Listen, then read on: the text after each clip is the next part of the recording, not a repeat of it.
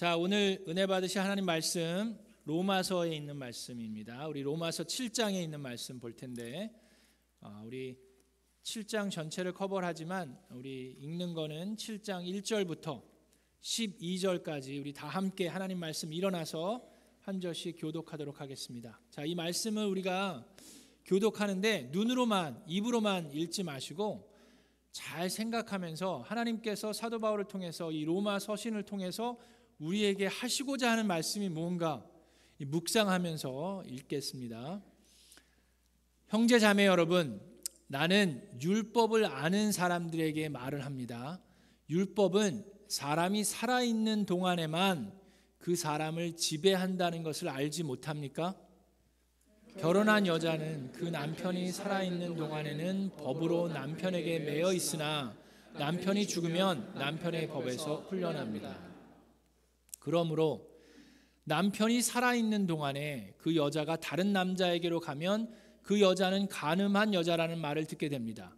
그러나 남편이 죽으면 그 법에서 해방되는 것이므로 다른 남자에게로 갈지라도 간음한 여자가 되지 않습니다. 나의 형제 자매 여러분, 그러므로 여러분도 그리스도의 몸으로 말미암아 율법에 대해서는 죽임을 당했습니다. 그래서 여러분은 다른 분, 곧 죽은 사람들 가운데서 살아나신 그분에게 속하게 되었습니다. 그것은 우리가 하나님을 위하여 열매를 맺게 하기 위함입니다. 이전에 우리가 육신을 따라 살 때에는 율법으로 말미암아 일어나는 죄의 욕정이 우리 몸의 지체 안에서 작용해서 죽음에 이르는 열매를 맺었습니다. 그러나 지금은 우리를 옥매는 것에 대하여 죽어서 율법에서 풀려났습니다. 그래서 우리는 문자에 얽매인 낡은 정신으로 하나님을 섬기지 않고 성령이 주시는 새 정신으로 하나님을 섬깁니다. 그러면 우리가 무엇이라고 말을 하겠습니까? 율법이 죄입니까? 그럴 수 없습니다.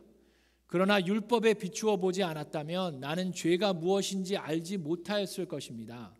율법에 탐내지 말아라 하지 않았다면 나는 탐심이 무엇인지를 알지 못하였을 것입니다. 그러나 죄는 이 계명을 통하여 틈을 타서 내 속에서 온갖 탐욕을 일으켰습니다. 율법이 없으면 죄는 죽은 것입니다.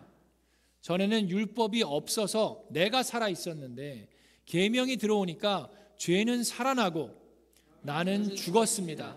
그래서 나를 생명으로 인도해야 할 그 계명이 도리어 나를 죽음으로 인도한다는 것이 드러났습니다. 죄가 그 계명을 통하여 틈을 타서 나를 속이고 또 그 계명으로 나를 죽였습니다. 그러므로 율법은 거룩하며 계명도 거룩하고 의롭고 선한 것입니다. 아멘. 이것은 하나님의 말씀입니다. 하나님께 감사드립니다. 자, 우리 주변에 있는 분과 반갑게 인사하겠습니다. 잘 오셨습니다. 반갑습니다. 환영합니다. 하늘 복 많이 받으세요. 하나님의 미라클이 됩시다.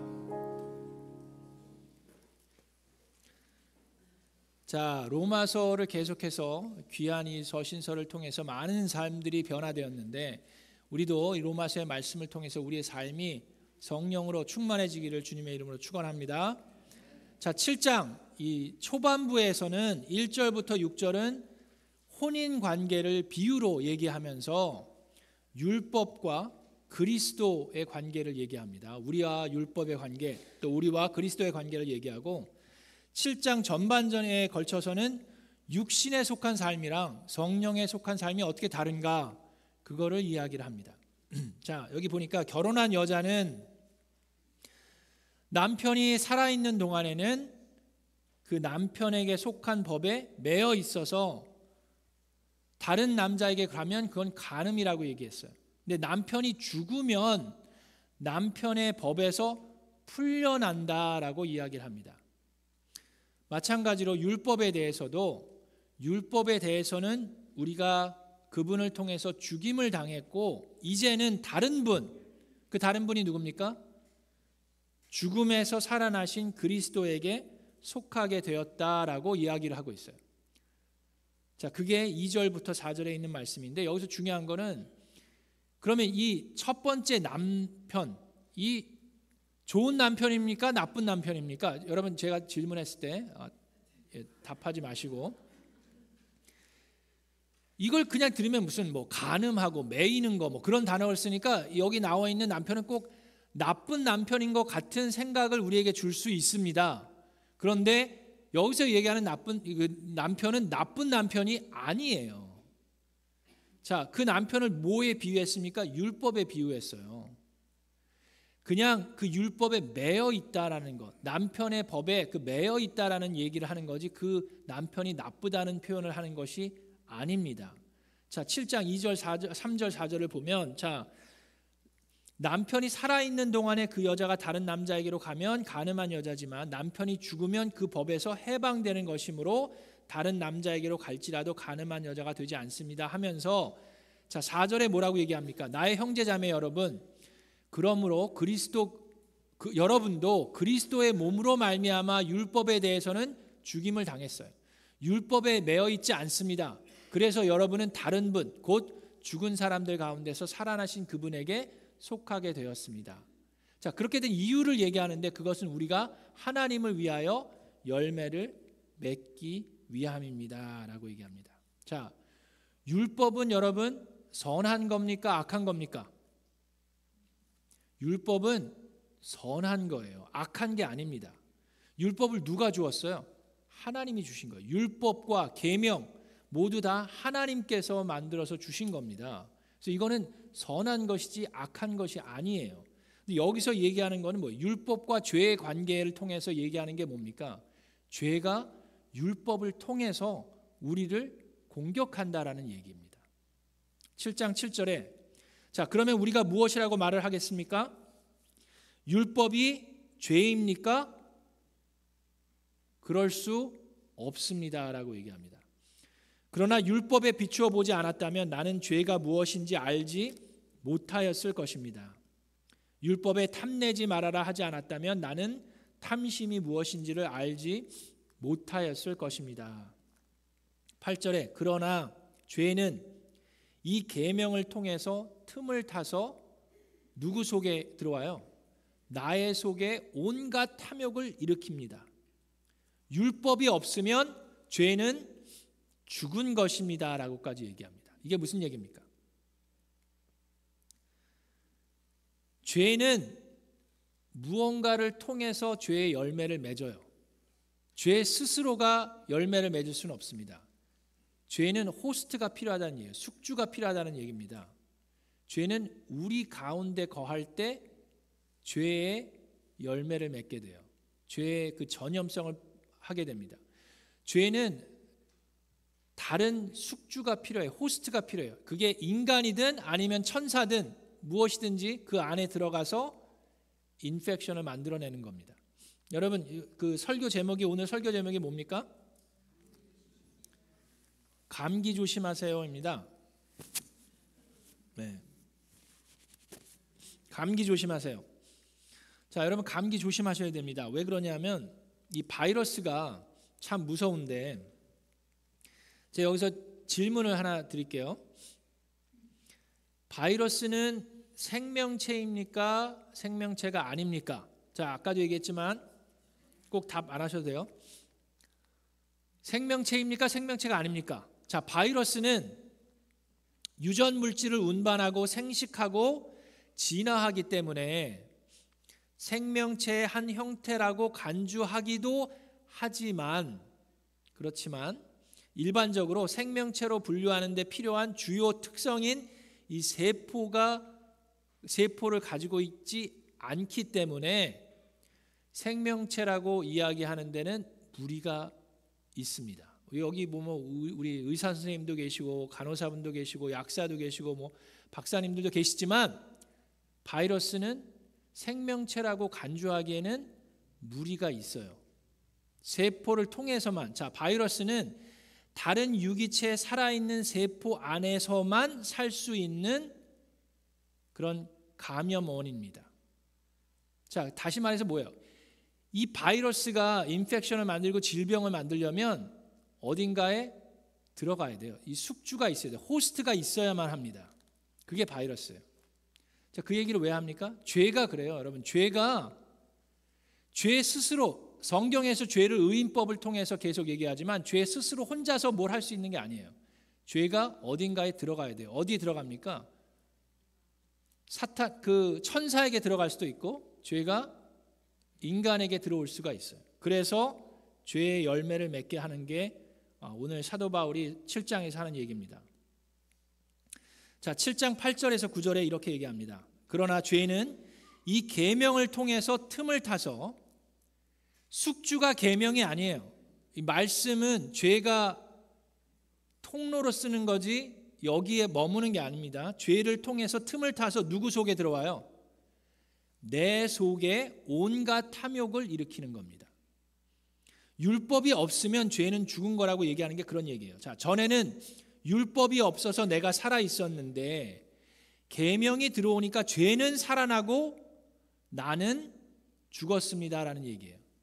자, 죄가 우리 안에 들어와서 죄의 열매를 맺는데 뭐를 통해서? 율법을 통해서. 그래서 율법을 가지고 인간들이 어떻게 합니까?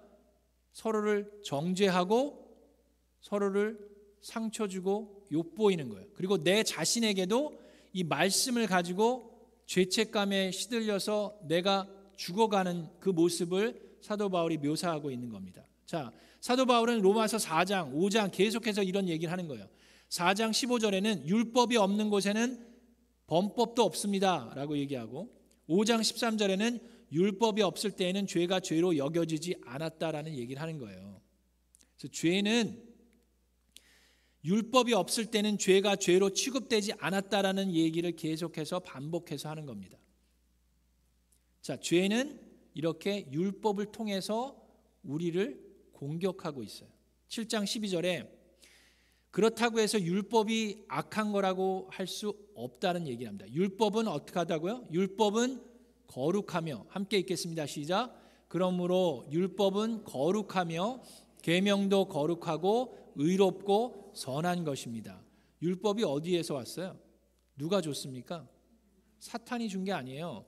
하나님께서 말씀을, 계명을 우리에게 주신 겁니다. 자, 그럼 우리는 어떻게 해야 됩니까?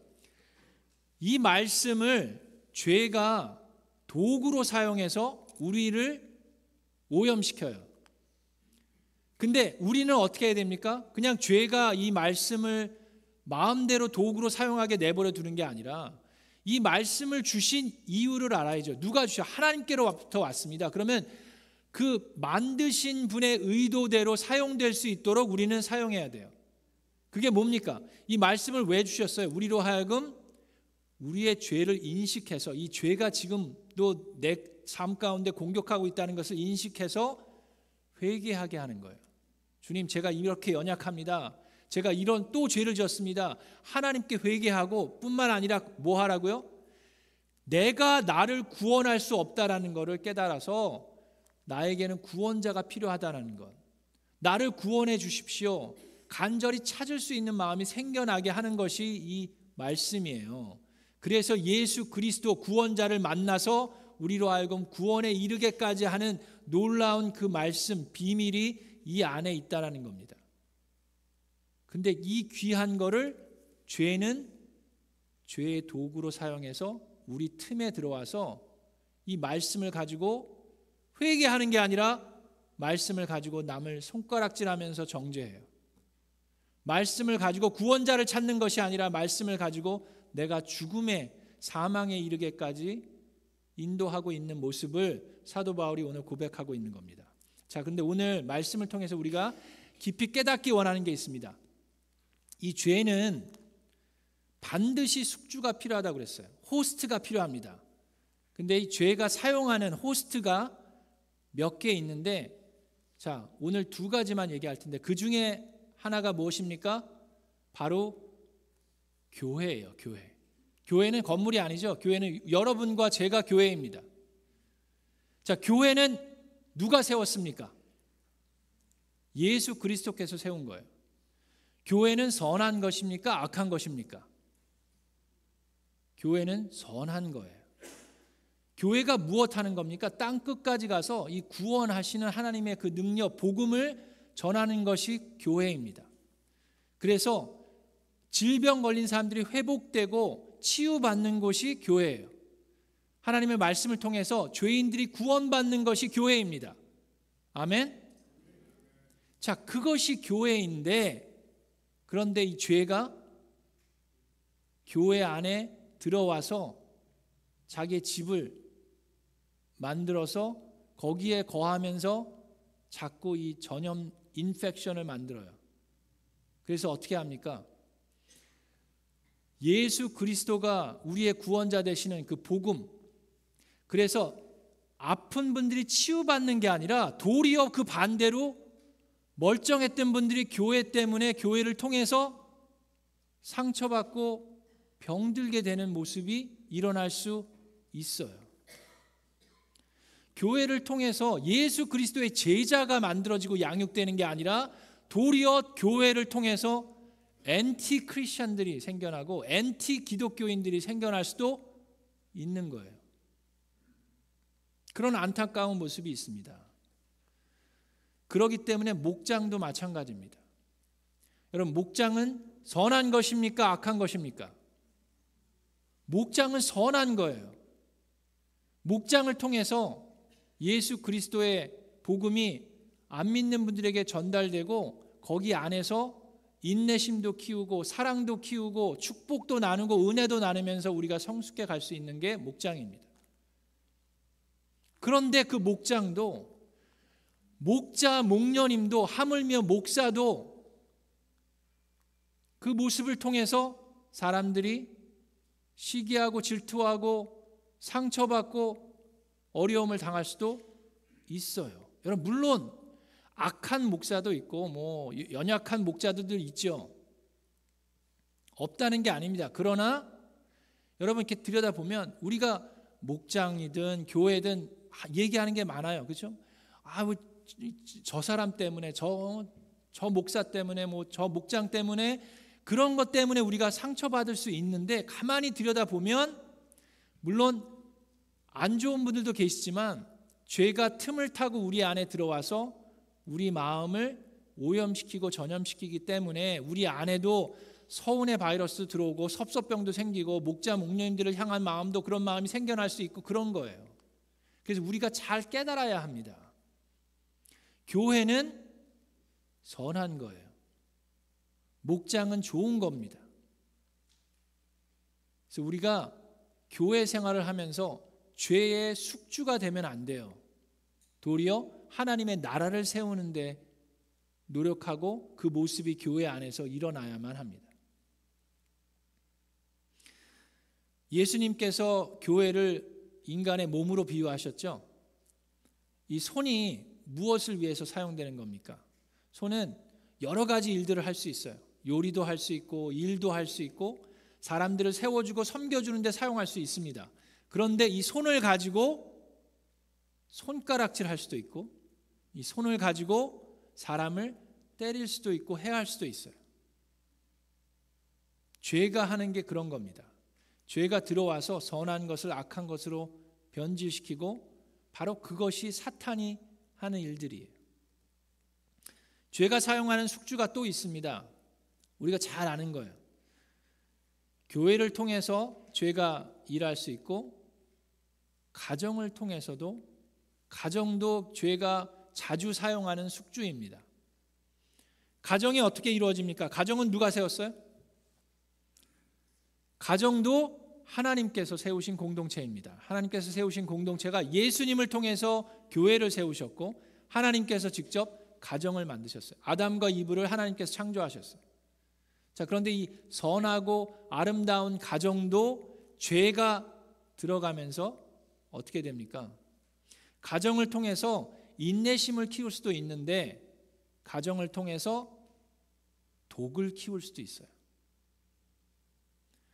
부모 자녀 간의 관계를 통해서도 원망을 키울 수도 있고 사랑을 키울 수도 있습니다.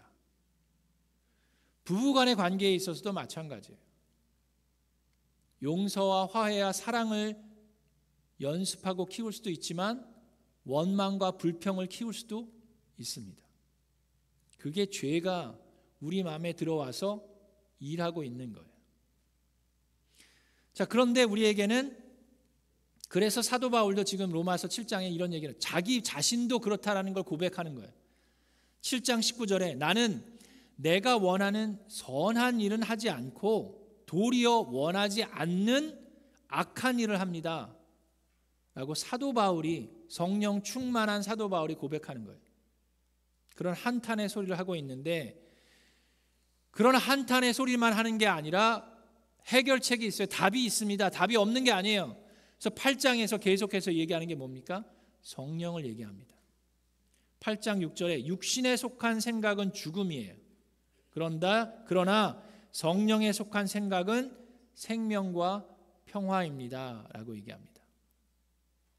자, 여러분, 제가 여기서 아주 중요한 질문을 하나 할 텐데, 여러분 이거를 한번 맞춰보세요. 말로 하시지 말고 그냥 머리로 생각하시면서 이게 무엇인가 한번 맞춰보시면 됩니다. 이게 오늘 말씀의 핵심이에요. 그래서 이거를 여러분 아셔야 오늘 돌아가시면서 이렇게 삶에 실천할 수가 있습니다. 자, 이것은 무엇일까요? 자, 이거를 설명하기 위해서 일단 먼저 한국 통계청의 자료에 따르면 역사 속에 인류의 평균 수명이 있잖아요. 그 수명이 지금은 80, 요즘에는 이제 100세 시대라고 그러는데 이전에는 그렇게 오래 살 수가 없었습니다. 자, 한국 통계청 자료에 보면 신석기 시대는 평균 수명이 29 정도였어요. 청동기 시대는 38 정도였다고 합니다. 그리고 그리스 시대는 36, 14세기의 영국에서는 한 38살 정도였고 18세기에 유럽인들은 평균 수명이 한 45세 정도였다고 합니다. 자, 그런데 제가 이 얘기를 왜 하냐면 이것이 등장하면서, 이것이 갑자기 이렇게 많이 생산되고 보급화되면서 인간의 평균 수명이 20년이나 연장이 됐어요. 자, 그래서 이것은 무엇일까요가 질문입니다. 자, 이제 힌트를 좀 드릴게요. 자, 이것은 옛날에도 이전에도 있어요. 이집트 시대에도 있었고 로마 시대에도 없었던 건 아니지만 산업혁명 이후에 1790년도에 프랑스의 화학자였던 니콜라스 르블랑이라는 사람이, 니콜라스 르블랑 사람이 이거를 이렇게 다 생산하고 보급하기 시작했대요. 자, 그러면서 시작돼서 그로 인해서 어떤 의약품이나 화학품보다도 인류 의학에 공헌한 바가 크다라고 이야기하는 사람들이 있습니다. 자, 이것은 무엇일까요? 그러니까 이런 걸 확신을 가지고 이렇게 얘기하시는 거예요. 확신이 없으면은 제가 그렇게 굳이 얘기하지 않아도 된다고 하는데 이렇게 얘기를 하시겠어요? 자, 정답입니다. 아니, 잘하신 거예요. 아니, 잘하신 거예요. 정답을 얘기하셨으니까 다행이지. 비누입니다. 비누. 그 이전까지는 비누를 가지고 깨끗이 이렇게 씻질 않았던 거예요. 자, 근데 이와하고 연결해가지고 좀 비슷한 얘기인데 이거는 실화입니다. 근데 이것도 되게 중요하기 때문에 제가 얘기를 해드리는데, 자, 세멀 바이즈라는 사람 혹시 아십니까? 모르시죠? 모르는 게 정상이에요. 자, 이분이 누구냐면 1800년도에 유럽의 한 산부인과 의사였습니다. 오스트리아 비엔나의 종합병원에서 일하는 유명한 의사 선생님이었어요. 그리고 그 당시에 비엔나에 종합병원이 많은 게 아니기 때문에 그 동네 사람들에게는 이 병원이 되게 중요한 역할을 했습니다. 자, 그런데 이 병원의 산부인과 병동에 이 사망률이 끔찍할 정도로 많았어요. 10명의 산모가 그 병원에 아이를 낳으러 가면 1명은 죽어서 나오는 거예요. 10%의 사망률이 있다는 건 어마어마하게 많은 겁니다. 끔찍한 거예요. 그렇지 않아요? 그럼 그 병원을 여러분 가시겠어요? 힘들죠. 근데 다른 초이스가 없으니까 비엔나에 사는 사람들이 무척이나 두려워하고 힘들어했습니다. 그래서 어떤 산모는 실제적으로 거리에서 아이를 낳고 아이를 낳은 다음에 병원으로 가는 그런 사건들도 있었어요. 근데 이거를 고치기 위해서 이 세멀 바이즈라는 의사가 다양한 각도로 왜 그런지 알아봤습니다. 그래서 이 임신하고 그러면 몸에 부으니까 그 붓기가 이제 피가 고여서 그런 거다 해서 피를 뽑아보기도 하고, 호흡곤란 증세가 있으면은 병실 안에 공기가 나빠서 그럴 수 있으니까 환기구를 모두 바꾸기도 하고 여러 가지 각도로 했어요. 근데 아무리 해도 찾아내지는 못했습니다. 근데 신기한 거는 산부인과 병동이 2개가 있는데 한 병동에서는 50명의 산모 중에 1명이 죽어가는데 이쪽 병동에서는 10명 중에 1명이 죽어가는 거예요. 그래서 여기 병동에 있는 사람들이 다 이쪽으로 옮겨달라고 막 난립니다. 여러 가지를 다 봤는데 똑같이 하고 있어요. 이 두 병동이 한 가지 다른 게 있다라 그러면 이쪽 병동은 아이를 낳을 때 조산원들이 아이를 받았고 이쪽은 의사들이 직접 받았어요. 그것만이 다른데 근데 왜 그런지 그때는 몰랐어요. 그래서 이 의사가 세멀 바이즈라는 의사가 다른 병원들은 어떤지 알아보기 위해서 3개월 동안 자리를 비우고 다른 병원들을 찾아가 봤습니다. 그리고 돌아왔어요. 돌아왔더니 깜짝 놀랐습니다. 세멀 바이즈 의사가 3개월 동안 비웠던 그 3개월 동안 사망률이 떨어졌어요. 의사 얼마나 당황했겠어요. 내가 문제구나. 그러면서 더 깊숙이 연구를 하고 알아봤더니 그 원인이 무엇이었습니까? 거기가 무슨 병원이라고 그랬어요? 종합병원이라고 그랬죠. 그래서 거기서 의사 선생님들이 산모만 보는 것이 아니라 의학을 연구하고 시체 해부도 하고 또 다른 환자들도 봤어요. 1800년도이기 때문에 그 당시에는 의사 선생님들이 세균에 대한 지식이 그렇게 많지 않았기 때문에 다른 환자들을 보고 또 해부도 하고 그 상태에서 산모들을 보고 아이를 낳았어요. 그래서 그 다음부터는 환자를 본 의사들은 모두 다 간호사도 그렇고 그 전염될 수 있기 때문에 염소와 석회 용액을 섞어서 손을 철저하게 씻는 그 일을 거행했습니다. 그리고 난 다음에 사망률이 10명 중 1명에서 100명 중 1명으로 줄어들었어요. 그 일 때문에 여러분 지금도 그런데 여러분도 그렇게 아시겠지만 제가 몇 년 전에 감기가 걸려가지고 의사 선생님을 만나면서 그랬어요. 요즘에 감기가 되게 유행이라고 그러는데 선생님은 감기 환자들만 보지 않냐고. 근데 어떻게 감기 걸리셨었냐고. 그랬더니 선생님이 하시는 얘기가 그래요. 의사 선생님이 하는 얘기가 저는 좀 이런 얘기 하기 좀 그렇지만 미친 듯이 손을 씻습니다. 그래요. 보기 전에 씻고 보고 나서 씻고 계속 씻는 거예요. 자, 제가 왜 이 이야기를 합니까 오늘? 죄는 우리 안에 들어와서 우리를 죽음으로 이끌어 가려고 합니다. 사망으로 인도해요. 근데 이 죄가 들어오는 게 눈에 안 보입니다. 여러분 어떤 바이러스는 몸에 들어와 가지고 증상을 일으키지 않는 바이러스가 있어요. 그리고 눈에 보이지도 않아요. 그런데 거기에 잠적해 있습니다. 잠복해 있어요. 눈에 보이지 않는다고 손을 안 씻으면 어떻게 됩니까? 안 되죠. 전염될 수도 있어요. 코로나도 그랬잖아요. 죄가 우리 안에 들어옵니다. 우리를 인펙션을 만들어서 우리를 시기하게 하고 미움이 생기게 하고 질투하게 하고 화를 내게 하고 여러 가지 질병들을 일으킵니다. 자, 그런데 내가 증상이 없다고 해서 비누로 손을 씻지 않으면 안 돼요.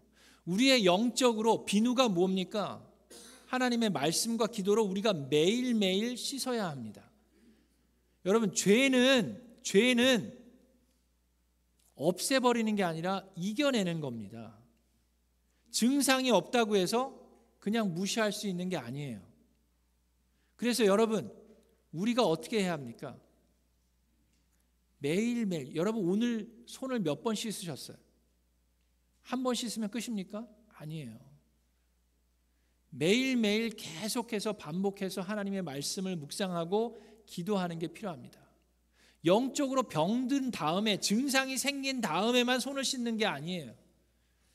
내가 아프고 우울해지고 힘들어지면 교회에 와서 예배드리는 게 아니라 매일매일 삶 가운데 하나님의 말씀으로 우리가 씻김을 받아야 합니다. 그래야 우리가 건강을 유지할 수가 있어요. 사도 바울은 로마서를 통해서 우리에게 도전합니다. 죄가 우리를 숙주 삼으려고 한다고. 우리를 호스트 삼아서 우리가 원하지 않는 것들을 행하게 만든다라고 얘기해요. 성령으로 우리가 무장하기 위해서는 하나님의 말씀과 기도로 매일매일 씻김을 받아야 합니다. 그래서 여러분 성경 공부 새로 시작한다고 그랬는데 언제부터 한다고 그랬어요? 다 까먹으셨죠? 주일날도 시작한다고 그랬어요. 그 등록을 언제 해야 될까요? 지금 해야지 지금. 내일 모레 손 씻습니까? 매일매일 하는 거예요. 오늘 친교실 가셔서 하시고 오늘 등록하시고 다음 주까지 등록할 수 있다고 기다리지 마시고 등록하셔서 주일날 있는 성경 공부도 하시고 주일날 못 오시는 분들 수요일날 저녁에도 있고 등록을 하셔야 저희가 책도 준비하고 할 수 있어요. 지난번에 들었으니까 난 이번에는 안 해도 된다가 아니에요. 이번 연합 수련회 같은 것도 모든 목자 목녀님들이 함께 참여하는 게 뭐냐, 작년에 갔으니까 올해는 안 가도 돼가 아니에요. 기회가 있을 때마다 하나님의 말씀으로 기도로 씻김을 받는 우리 미라클랜드가 되기를 주 예수 그리스도의 이름으로 축원합니다. 우리 주신 말씀 생각하면서 나 이제 주님의 새 생명 얻은 몸 옛 것은 지나고 새 사람이로다. 우리 다 함께 일어나서 함께 힘차게 찬양하겠습니다.